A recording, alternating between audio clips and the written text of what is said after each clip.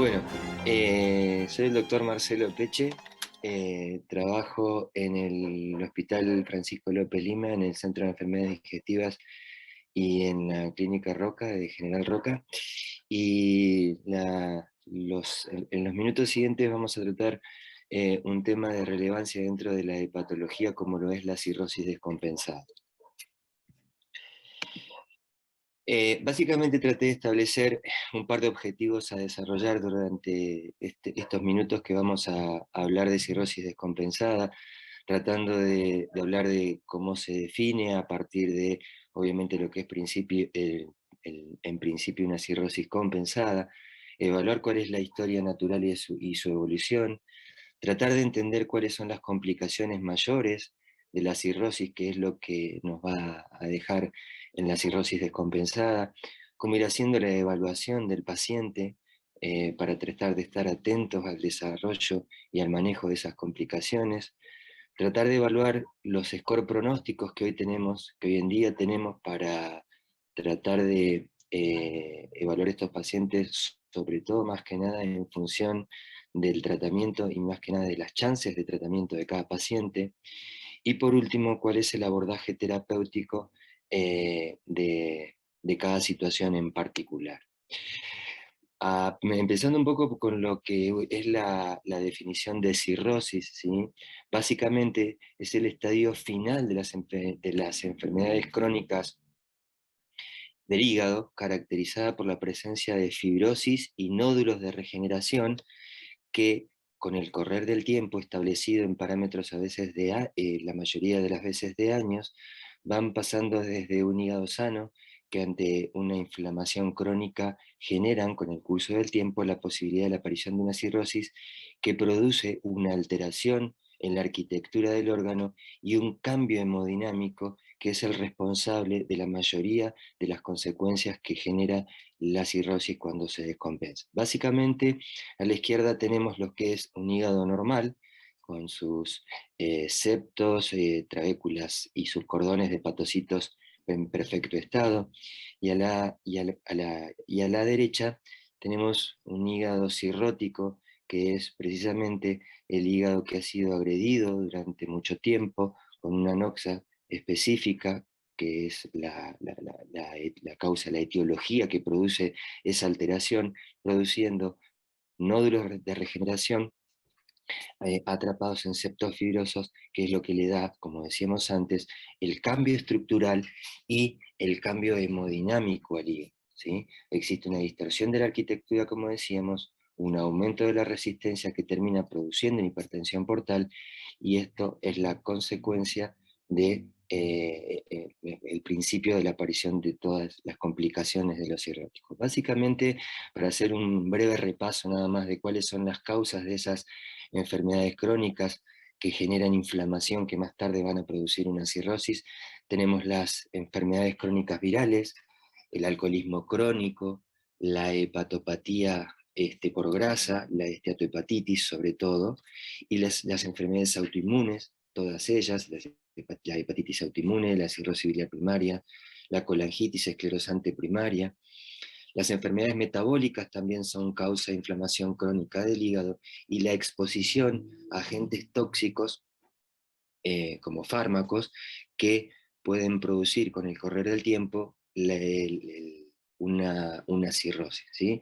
Tenemos una larga lista de todos los fármacos que pueden producir alteración arquitectural del hígado y producir una cirrosis. Para hablar un poquitito de lo que es la historia natural, siempre me gusta empezar por acá, porque no es una definición que uno pueda dejar pasar. En realidad, la historia natural marca lo que es la evolución de los pacientes, de una cirrosis compensada puede trasladarse a una descompensada. Y específicamente, es un proceso patológico sin intervención médica. Mucho se ha visto dentro de la hepatología esto, porque no existían tratamientos específicos hasta que llegó el trasplante, como para ir tratando la mayoría de los procesos que llevaban a un paciente compensado a una evolución descompensada. Presenta el curso de acontecimientos biológicos de acción secuencial de causas componentes, es decir, de etiología, hasta que se desarrolla una enfermedad. Y atrás de eso, el desenlace, que puede ser una curación, el paso a la cronicidad o la muerte si no hay chance terapéutica. También, siempre que podemos, me gusta tratar de explicar brevemente a partir de dónde el hígado va generando esos septos fibrosos que terminan produciendo los nódulos de regeneración y todo lo que ya vimos con los cambios arquitecturales y hemodinámicos. Cuando hay una anoxa, ¿sí? Lo que hace es que el hepatocito pierda las microvellosidades. Eso altera todo el mecanismo de intercambio que existe dentro de lo que es el espacio de DIS. Se pierden las fenestras, que es por donde se realiza todo el intercambio, ¿sí? Entre la vasculatura y la célula y el hepatocito, y esto con el correr del tiempo genera la secreción a través de las células estrelladas, de la liberación de sustancias que atraen colágeno, y con eso comienza la producción de la fibrosis, formando así nódulos de regeneración que producen, ¿sí? O que mejor dicho, se producen por depósito de colágeno y posterior fibrosis. También esto produce una microtrombosis, que es una situación consecuente a la alteración de las fenestras de la microcirculación en el espacio de DIS. Y entonces esto es lo que desarrolla, o lo que empieza a producir lo que es la hipertensión portal, que es un síndrome clínico definido hemodinámicamente por el aumento de la presión en la vena porta, entendiéndose por lo que existe, siendo igual al aumento del gradiente de presión entre la vena porta y la vena cava inferior. Lo normal es que este gradiente de presión esté entre 1 a 5 milímetros de mercurio. Por lo tanto, toda presión aumentada por sobre este valor ya estará produciendo el principio de lo que es la hipertensión portal. Y la hipertensión portal cirrótica, ¿sí? Se entiende entonces por este aumento que decíamos más allá de los 5 milímetros de mercurio. Es un síndrome hemodinámico sistémico y progresivo, es decir, si nosotros no hacemos o no tenemos una adecuada intervención al inicio, esto va a seguir progresando, y esa progresión es lo que más tarde nos va a dar lo que son las complicaciones de la cirrosis. Esta hipertensión portal es la responsable de las severas complicaciones que producen como causa descompensación, y muchas veces internación y muerte o trasplante, si tenemos la chance de que el paciente llegue al trasplante. Entonces, la hipertensión portal clínicamente significativa la vemos con manifestaciones clínicas que se ven a partir de los 10 milímetros de mercurio. Es lo que se conoce como el iceberg de la hipertensión portal. ¿Por qué? Porque si bien dijimos que a partir de los 5 milímetros de mercurio tenemos ya el inicio de lo que es la hipertensión portal, después de los 10 milímetros de mercurio, ¿sí? Tenemos lo que se llama hipertensión portal clínicamente significativa, que es donde van a empezar a aparecer las complicaciones específicas de la hipertensión portal. ¿Cuáles son entonces esas complicaciones de la hipertensión portal, que es lo que termina produciendo las complicaciones de la cirrosis? ¿Sí? Eh, Básicamente una cirrosis compensada, ¿sí? Cuando tiene el impacto de un aumento de la hipertensión portal, o mejor dicho, de la presión portal, y además existe una insuficiencia hepática en ese hígado previamente eh, crónicamente enfermo, ¿sí? Por esa inflamación, o por esa alteración, o por esa noxa que lo llevó específicamente a estar cirrótico. Cuando existe una noxa que puede producir ascitis, hemorragia, ictericia o encefalopatía, termina produciendo lo que es la cirrosis descompensada. Es así a donde se llega específicamente al grado de alteración o de complicación. Es la expresión de la cirrosis descompensada. Básicamente, la cirrosis compensada, ¿sí? Si nosotros hacemos evaluaciones de líneas de curvas de sobrevida, si un paciente está cirrótico en el tiempo, tiene una sobrevida media de 12 años. Pero fíjense cómo cae la sobrevida si durante la evolución existe un aumento de la hipertensión portal por sobre esos 10 milímetros de mercurio que dijimos, y aparece entonces ascitis, puede parecer una hemorragia, ictericia o encefalopatía y produce una descompensación, la sobrevida media cae a nada más que 2 años. Si nosotros empezamos a tratar de ver qué es lo que le pasa a un paciente cirrótico, eh, evaluando esto de las complicaciones que decíamos, las complicaciones de la cirrosis las podemos definir en lo que es la citis refractaria, el síndrome hepatorrenal, la peritonitis bacteriana espontánea, pero las infecciones sobre todo, la hemorragia digestiva por varices esofagogástricas, el síndrome hepatopulmonar, el hepatocarcinoma, la encefalopatía portosistémica, todas estas situaciones, ¿sí?, marcan descompensación de la cirrosis y no son más que complicaciones mayores que se definen y que básicamente hacen de que la sobrevida de nuestro paciente drásticamente caiga. Bueno, acá les pido disculpas, se me desconfiguró algo, pero bueno, esto es simplemente repetir lo anterior, pero a modo de graficar cómo es cuando existe asitis refractaria, bueno, todas estas complicaciones de las que hablamos, el aumento de la mortalidad de los pacientes, ¿sí?, en diferentes tiempos, ¿sí? Ven ustedes que la asitis, cuando aparece, tenemos una mortalidad de la mitad de los pacientes, del 50% a 5 años. Si esta es refractaria sobre todo, ¿sí?, la mortalidad aumenta al 65% y en un tiempo menor, 2 años. Cuando los pacientes tienen falla renal, fíjense, la mortalidad alcanza el 60% en un año, y esto puede ser a través de una insuficiencia renal aguda o de un síndrome hepatorrenal, ¿sí? La semana pasada, Romina Sánchez nos habló muy bien sobre todo lo que era el impacto sobre todo lo que era la insuficiencia renal aguda, y esto, la insuficiencia renal aguda, en el caso de la manifestación como cirrosis descompensada en su expresión del síndrome hepatorrenal, no es más que el impacto de una descompensación de la cirrosis sobre el hígado, sobre el riñón. Las infecciones bacterianas también aumentan, ¿sí?, la mortalidad de los pacientes, y sobre todo la peritonitis bacteriana espontánea es una situación muy importante porque fíjense cómo está qué es lo que se manifiesta. El 38% de los pacientes, si no se hace el tratamiento adecuado, tienen una mortalidad del 38% al mes, ¿sí?, y el 60% al año. 6 de cada 10 pacientes pueden morir en el lapso de tener del curso de una peritonitis bacteriana espontánea si no hacemos el tratamiento adecuado, no le damos la cobertura que el paciente necesita. En el caso de la hemorragia digestiva, lo mismo. Paciente, en el caso de el primer episodio de un episodio hemorrágico, la mortalidad es el 10 al 20%, pero si ese paciente resangra, básicamente aumenta al 60 y al 30% en 1 a 2 años desde el momento donde tuvo la primera hemorragia. La encefalopatía portosistémica también es una complicación de la cirrosis, y obviamente entonces es expresión de cirrosis descompensada y tiene una mortalidad a los 5 años de un 20%. Obviamente el hepatocarcinoma, ¿sí?, también manifiesta su riesgo, pero la mortalidad va a depender según su estadio, y es lo que vamos a ver ahora.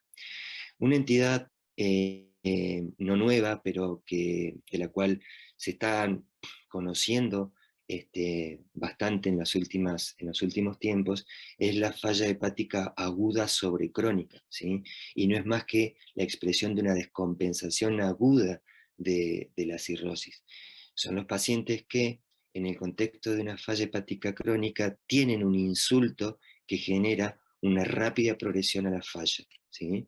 Fíjense ustedes, en este caso, la línea azul es la sobrevida que tienen los pacientes que van evolucionando en el tiempo con una falla, con una cirrosis compensada, y de que, dependiendo de su evolución, van a ir haciendo el paso o el desarrollo de la descompensación, dependiendo que la hipertensión portal, esta de la que hablábamos al principio, vaya teniendo aumento o no.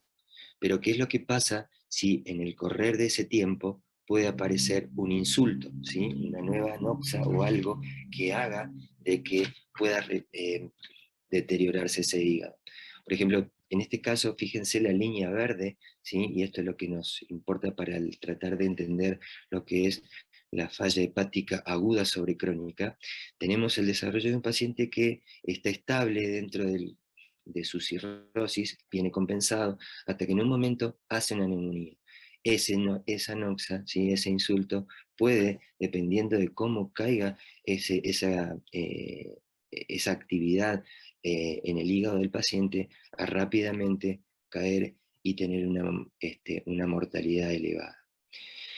Eh, para tratar de establecer cuál es la mortalidad que tienen los pacientes cuando hacen una descompensación aguda, una falla aguda sobre crónica, se han tratado de establecer scores. Los scores son validaciones que nos ayudan a nosotros a tratar de elaborar pronósticos. Y en este tipo de pacientes es muy importante, porque nosotros tenemos que tratar de saber, sobre todo en los pacientes críticamente enfermos, hasta dónde lo que nosotros hagamos puede ser útil para el paciente, útil para el sistema. Esto significa no trasplantar un paciente que por ahí a lo mejor no vaya a eh, no vaya a poder tener una adecuada sobrevida con el post-trasplante, es decir, hacer un trasplante fútil. Y entonces estos scores nos validan qué es lo que le pasa al paciente desde el punto de vista respiratorio, desde la coagulación, qué es lo que le pasa obviamente con su hígado, qué es lo que le pasa desde el punto de vista cardiovascular, neurológico y renal. Eso nos da, ¿sí?, determinados parámetros que, vistos dentro de un score, nos ayudan a nosotros a saber hasta dónde es útil seguir haciendo tratamientos específicos para un paciente y no tener conductas futiles. Esto es rápidamente para hacer un repaso de lo que venimos charlando, es decir, una alteración crónica, ¿sí?, que empieza desde una leve alteración del hepatograma, que con el correr del tiempo puede producir una cirrosis y que esta cirrosis está compensada. Cuando esa cirrosis se descompensa, y esto es decir, cuando aparece un gradiente de presión venosa hepática mayor de 10, ¿sí?, es ahí donde yo voy a empezar a tener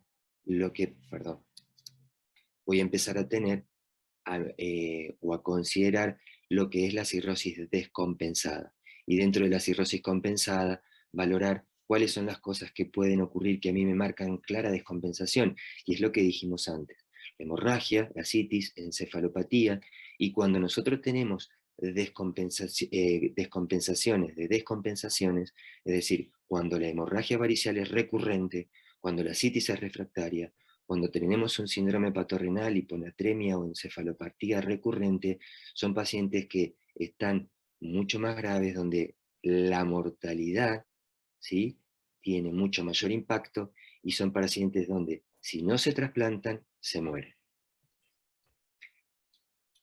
¿Cuáles son esos score pronósticos que nosotros tenemos para valorar cómo está nuestro paciente? Si nosotros sabemos que el pronóstico de un paciente cirrótico depende de la función de la síntesis hepática, ¿sí?, del grado de hipertensión portal, es esto de lo que venimos hablando, ¿sí?, a mayor hipertensión portal, más posibilidad de descompensación de esa cirrosis.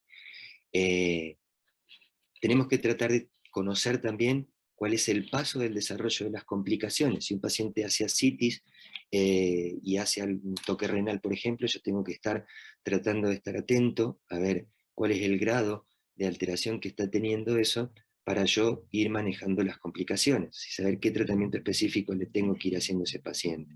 Conocer la etiología de lo que tiene ese paciente, de la causa de la cirrosis, porque muchas veces, tratando la etiología, saco al paciente de la inflamación que está haciendo impacto sobre ese hígado, y muchas veces con eso solamente mejoro la hipertensión portal. ¿Cuál es la actividad de la enfermedad, ¿sí?, que me permite a mí, al conocerla, valorar y manejar la progresión que pueda tener esa descompensación? Y por último, las comorbilidades que pueden tener el paciente, y que en la mayoría de los casos también me ayuda a tratar de ver qué tipo de qué tipo de actividad, sobre todo de manejo de tratamiento, tengo que tener con el paciente. La sobrevida estimada al año de una cirrosis descompensada es de aproximadamente el 50%, ¿sí? Y entonces yo veo, digamos, esto que hablábamos, ¿no? De que la cirrosis compensada puede tener mucho tiempo de evolución, y que cuando entre en el periodo de descompensación detallado por cualquiera de las complicaciones mayores de las que hablamos, obviamente es una evolución corta la evolución del paciente con una pobre sobrevida. Y volviendo a esto que charlamos antes, las causas específicas de todo aquello que me pueda producir aumento de la hipertensión portal o mayor aumento de la presión portal en una cirrosis compensada, obviamente va a producir ascitis, hemorragia, ictericia, encefalopatía, y obviamente el grado de descompensación va a ser más pronunciado. ¿Cuáles son los parámetros que nosotros tenemos para tratar de validar qué es lo que le está pasando al paciente? ¿Sí? O mejor dicho, qué es lo que yo necesito valorar de lo que le está pasando al paciente para ver qué actitud, sobre todo desde el punto de vista del tratamiento, necesito hacer. Y para eso tenemos varios scores, y nosotros desde el punto de vista de la hepatología valoramos el CHAIL y el MED. Existen otros scores, pero son específicos para patologías específicas. Los hay para hepatitis alcohólica, los hay también para hepatitis autoinmune, pero básicamente para la valoración de la cirrosis tenemos estos. Y el CHAIL es un score que nos da ventajas y desventajas. Lo mismo el MED, pero nosotros en el CHAIL tenemos un modelo claramente validado, ¿sí? Eh, como ventaja, para las distintas causas de la cirrosis, es dinámico y sencillo. Tenemos tres eh, validaciones que nos permiten, mejor dicho, tres validaciones que nos permiten parámetros de valoración objetivos, ¿sí? Como son la bilirrubina, la albúmina y la valoración del estado de coagulación, pero sobre todo conociendo el RIM, ¿sí? Y después parámetros subjetivos como lo son la encefalopatía y la citis, ¿sí? Las desventajas que son, es esto, ¿sí? Que es la valoración de la citis y la encefalopatía, eh, es esto, ¿no? Es un parámetro de evaluación subjetiva. Y tiene también como defecto, como desventaja, como desventaja, que no valora, por ejemplo, la creatinina, y para nosotros la creatinina es un claro biomarcador de, eh, de problema hemodinámico, ¿sí? De disfunción circulatoria, porque cuando aumenta la creatinina, claramente estamos con un déficit de entrega de flujo sanguíneo al riñón, y eso es importante para la valoración de estos pacientes.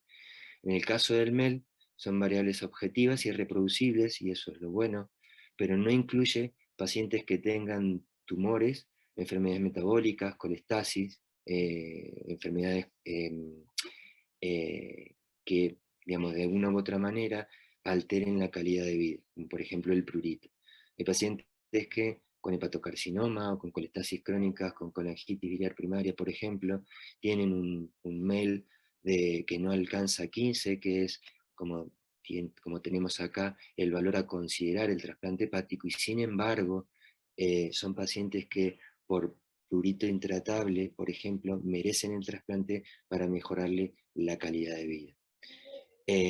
El puntaje que se valida es sobre todo esto, ¿sí? Con MEL mayor de 15 se considera el trasplante hepático, y el MEL de 40 puntos considera un paciente con más de 70% de mortalidad a los 3 meses. Por lo tanto, son scores que tienen su utilidad, de hecho se usan en la práctica diaria, como para tratar de entrada, cuando yo conozco un cirrótico, saber claramente en qué momento estoy de la valoración de su cirrosis, si está compensado o descompensado. ¿Cómo adquiero, cómo conozco yo los valores que puede tener un paciente? Y hoy en día, con los teléfonos inteligentes, las aplicaciones y todo lo que podemos tener en la mano con nuestro teléfono, sobre todo, bueno, obviamente por el uso de las calculadoras que existen, rápidamente puedo tener, eh, qué mail tiene un paciente, qué child tiene un paciente, por ejemplo, ¿sí? Este es mi teléfono, yo uso esta calculadora, cargo los datos del RIN, de la bilirrubina, del sodio y de la creatinina. La mayoría de las calculadoras nos preguntan si el paciente está en diálisis o no, y nos arroja un puntaje, ¿sí? Lo mismo ocurre con el child. Y esto es bastante más reciente que el child y el MEL, y es la calculadora que nos ofrece a nosotros cargar datos para valorar en el hígado agudo sobrecrónico cuál es el estado de nuestro paciente de cara a la futilidad que pueda llegar a tener todo lo que hagamos por el paciente. ¿Se acuerdan cuando yo les comenté lo que era la valoración del hígado agudo sobrecrónico? Valorábamos varios órganos, y dentro de los órganos que valorábamos, bueno, obviamente el hígado, el funcionamiento renal, el sistema nervioso a través de la valoración de encefalopatía, la valoración de la coagulación, la valoración del impacto circulatorio, cardiocirculatorio, y la valoración del impacto pulmonar de la noxa, que es todo esto nos da un número que nos permite valorar si nosotros tenemos que seguir adelante o no en función de la descompensación que tenga ese paciente. Sobre todo, saber específicamente si ese paciente, a pesar de que sea un cirrótico y de que pueda estar infectado, que pueda estar con la noxa que lo está alterando, merece o puede llegar a merecer la intención de al menos poder ofrecerle como herramienta el trasplante hepático. Existe actualmente, y obviamente dependiendo del detalle, un mayor conocimiento de lo que vamos sabiendo del eje espleno-portal y de su impacto, del impacto de lo que es todo el microbioma sobre el eje espleno-portal. Existe una nueva valoración de lo que es la fisiopatología de una cirrosis descompensada. Cuando nosotros tenemos una hipertensión portal, esta hipertensión portal puede tener una clara acción sobre una traslocación bacteriana. Si existe una injuria asociada, las dos situaciones nos llevan a la generación o a la producción de una inflamación sistémica que no hace otra cosa de que generar moléculas proinflamatorias, sobre todo radicales libres, que generan, por un lado, disfunción cardíaca, disfunciones, vasodilatación esplácnica, y que si eso también está asociado obviamente a lo que es la hipertensión portal, a partir de ahí se genera todo lo que es la disfunción circulatoria. Y obviamente con la disfunción circulatoria, la disfunción renal, el síndrome hepatopulmonar, lo que genera la encefalopatía hepática y la disfunción adrenal con la liberación o la activación del eje del sistema renina-angiotensina-aldosterona, para que sea una situación más que nos da a nosotros esta disfunción circulatoria, ¿sí?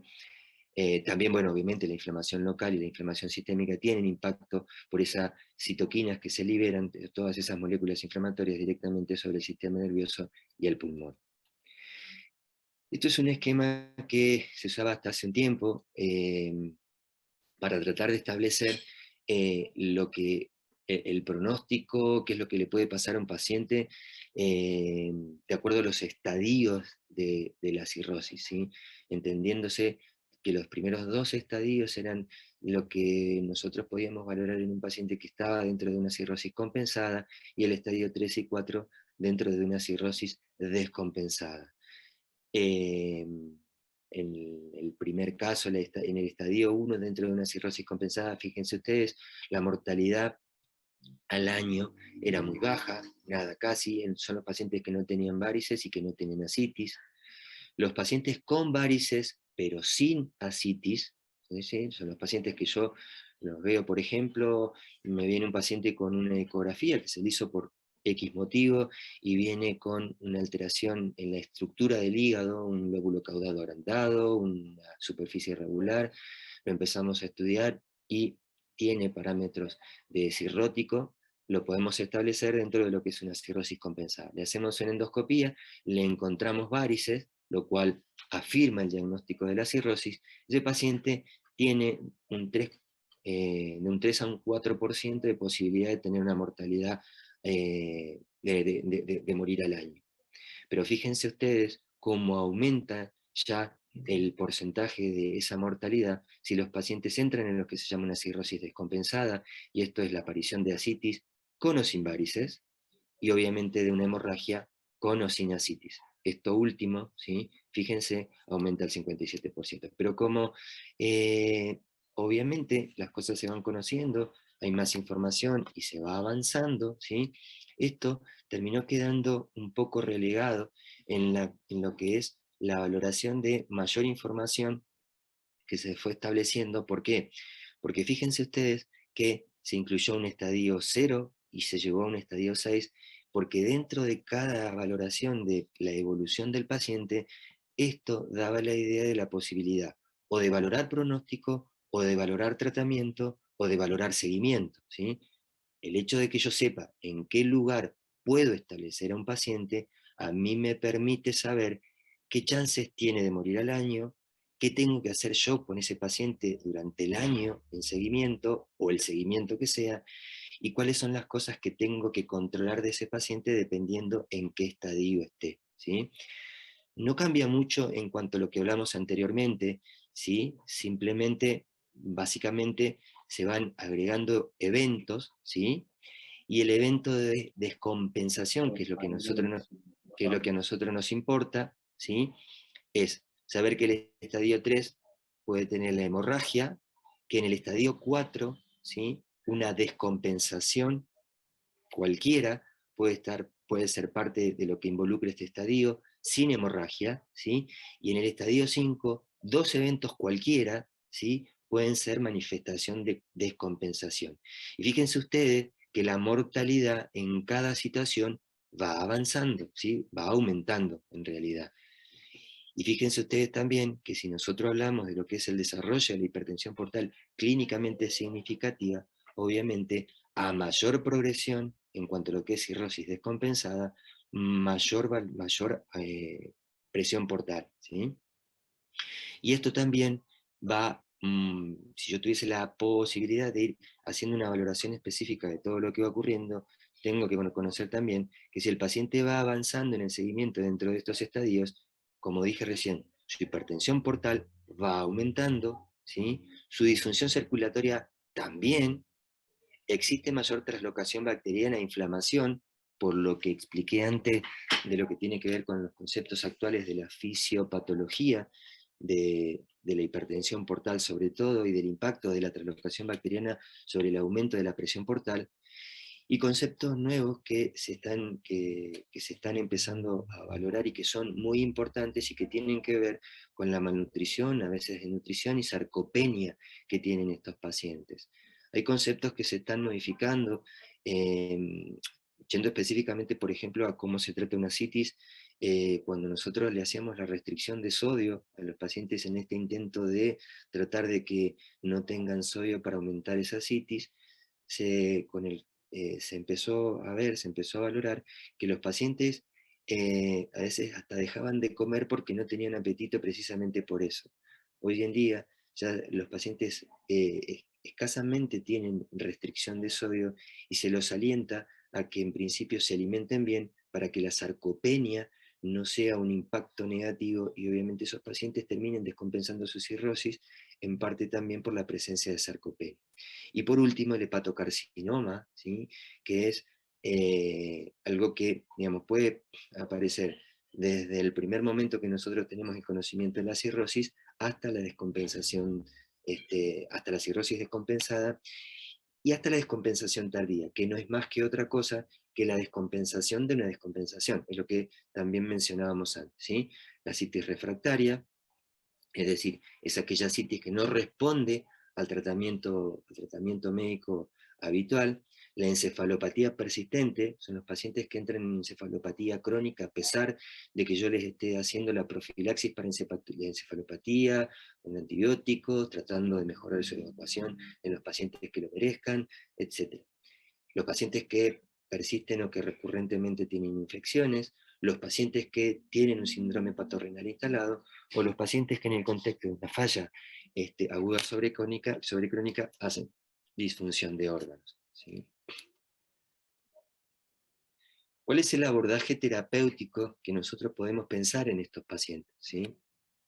Como dijimos, la cirrosis descompensada tiene una sobrevida estimada al año del 50%, y la cirrosis descompensada nosotros la vemos o la valoramos a partir del desarrollo de las complicaciones, que es todo lo que charlamos antes: la citis refractaria, el hepatorenal, la encefalopatía, las hemorragias, las infecciones, el síndrome hepatopulmonar, acá falta, bueno, el hepatocarcinoma.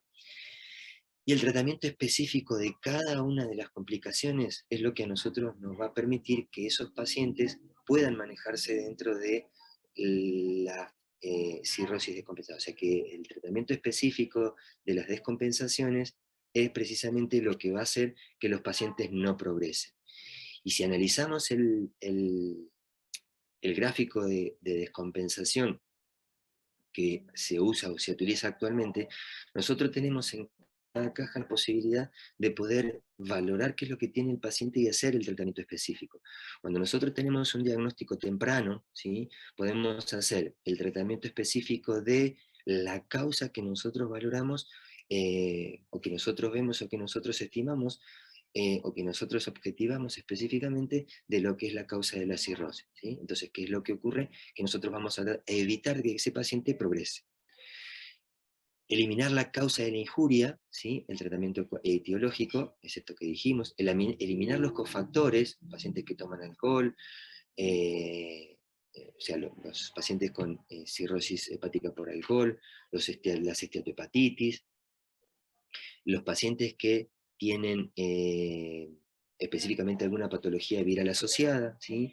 Y todo lo que nos ayude a producir una reducción de la presión portal, y obviamente esto depende específicamente del conocimiento que tengamos del tratamiento farmacológico.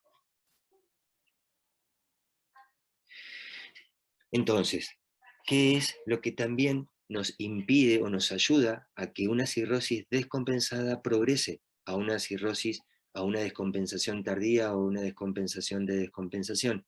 Obviamente, el intento de controlar la presión portal, evitar una mayor disfunción circulatoria, reducir la inflamación y la translocación bacteriana, y estar alerta al tratamiento, bueno, y obviamente estar atento a las complicaciones precoces que pueda, a las complicaciones que pueda tener ese paciente, ¿sí? Y obviamente la consideración oportuna para el trasplante hepático, si es que el paciente no tiene ninguna contraindicación. Entonces, analizando esto último, ¿sí?, si nosotros vemos y tratamos de actuar desde el punto de vista del tratamiento en lo que es el cuidado de todo lo que tenemos que hacer para que una cirrosis se mantenga compensada en el tiempo, la indicación sería tratar la situación que hizo que ese paciente llegue a la cirrosis.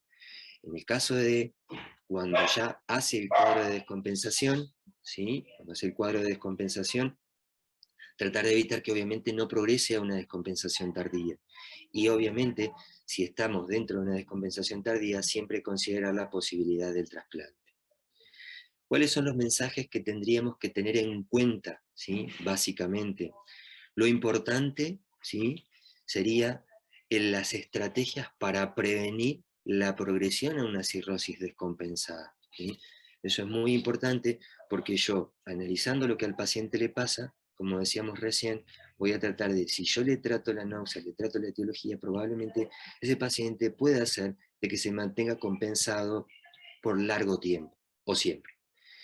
Y lo que tenemos que hacer específicamente cuando el paciente se descompensa o hace una descompensación de la descompensación, específicamente el tratamiento etiológico, ¿sí? Si es un virus C, voy a tratar el virus C; si es, si es un paciente que tiene su patología por abuso de alcohol, tratar de lograr la abstinencia; si es un paciente que tiene un virus B, hacer el tratamiento específico; si es un paciente que tiene una enfermedad autoinmune, si es un paciente que tiene una enfermedad autoinmune, eh, hacer el tratamiento de la hepatitis autoinmune o de la alteración que tenga. Eh, si es un paciente que tiene una enfermedad metabólica, obviamente lo mismo. Si es un paciente que tiene una esteatosis hepática, todo lo que tenga que ver con el cuidado de esa esteatosis o esa esteatohepatitis, ¿sí? Los betabloqueantes no selectivos es para el manejo hemodinámico de la presión portal, ¿sí? Entonces, no solo previenen las hemorragias variciales, sino también las ascitis, la peritonitis bacteriana espontánea, el síndrome patorrenal y la encefalopatía hepática.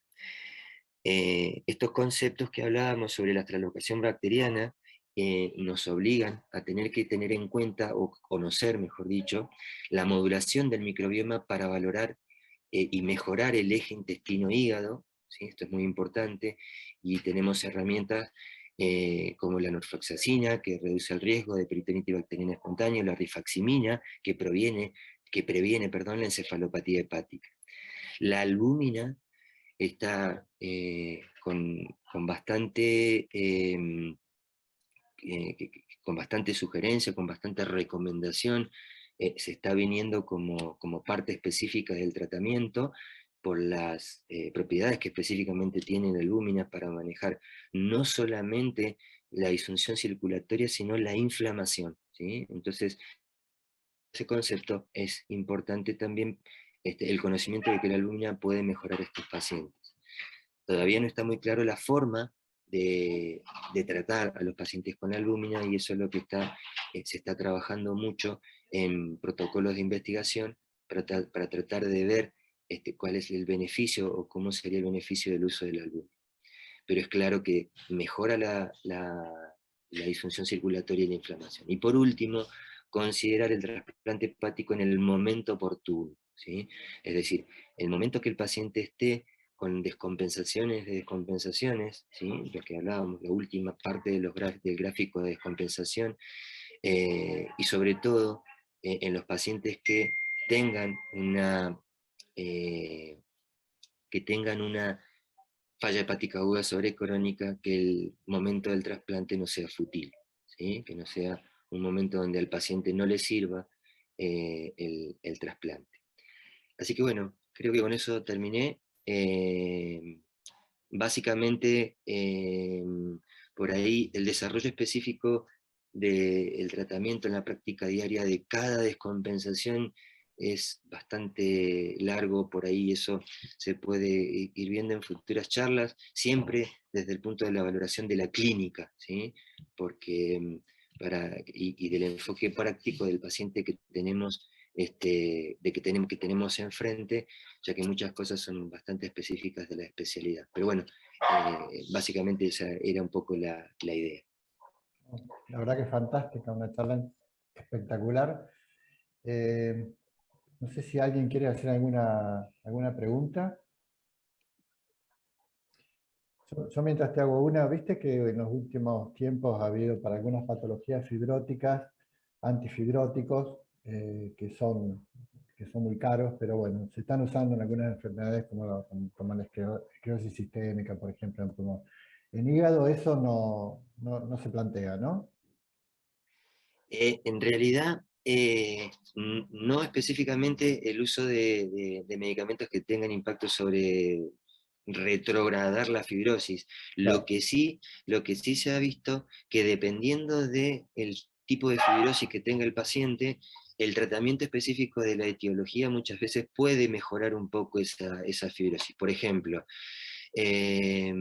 depende mucho del tamaño de los septos fibrosos, eso que yo mostraba en una de las diapos, que digamos, los septos cuanto más gruesos son al momento del inicio del tratamiento específico de lo etiológico, puede tener algún beneficio. Si esos septos son finos, por ejemplo, Ah, y yo hago el tratamiento etiológico, lo saco de la inflamación crónica, a veces puede haber algún beneficio. Pero cuando ya eso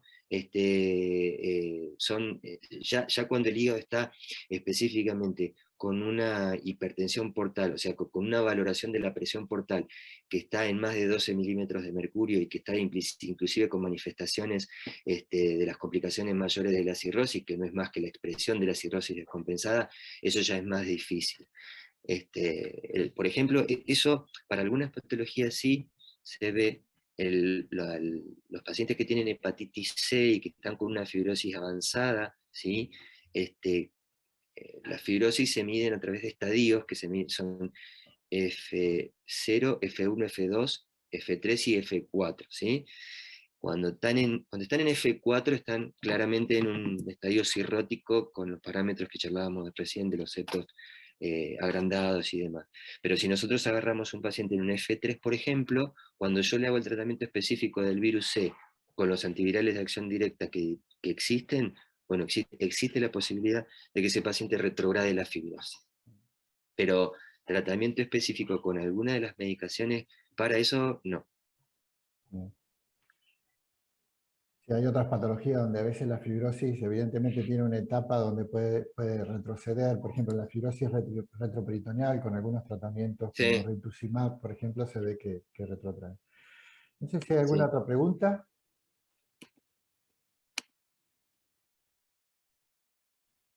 Bueno, Marce, la verdad que es muy buena tu charla. Bueno, gracias. Así que bueno, ya vamos a avisar cuando esté expuesta en la página de la clínica. Y de paso quiero comunicar que ahora durante el mes de julio no va a haber Ateneo, vamos a hacer un mes de descanso y lo retomamos en agosto. Así que Bueno, Gracias, Doc. Ahí te quería aclarar, bajo el título de residentes clínicos están todos los chicos escuchándote allá en la residencia. bueno, muchas gracias, Lucre. Espero que muy, sirva.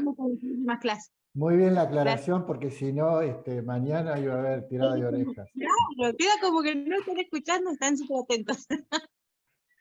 No, Lucre, bueno, en realidad para todo el que les interese, esto trató de ser algo, a veces yo trato de ser, de hablar desde el punto de vista general, digamos, pero sé que del momento desde el punto de vista práctico, todas las cuestiones clínicas tienen que ver con el manejo específico de cada complicación, y eso es un abanico de decisiones, de tratamiento, de valor de evolución que es mucho más importante que el título, ¿sí? Así que esto hay que irlo tratando, el síndrome patorrenal, la encefalopatía hepática, la peritonitis bacteriana espontánea, la ascitis. Me parece que por ahí a lo mejor para sacarle un poco más de provecho, por ahí debería analizarse cada tema en particular y obviamente estoy abierto que si eso se necesita, nos juntemos para charlarlo siempre en cualquier momento.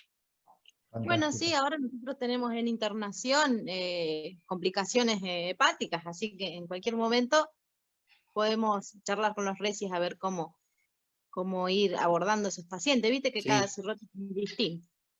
de hecho, por ahí a lo mejor sería bueno que como planificamos, las charlas las tengan y queden, digamos, para que puedan sacar después la información de ahí. Buenísimo. Bueno, gracias, Doc. Bueno, Listo. muchas gracias chicos, muchas gracias Marcelo, la verdad que excelente tu charla, es un gusto escucharte y bueno, nos estaremos viendo con estos Ateneos en agosto.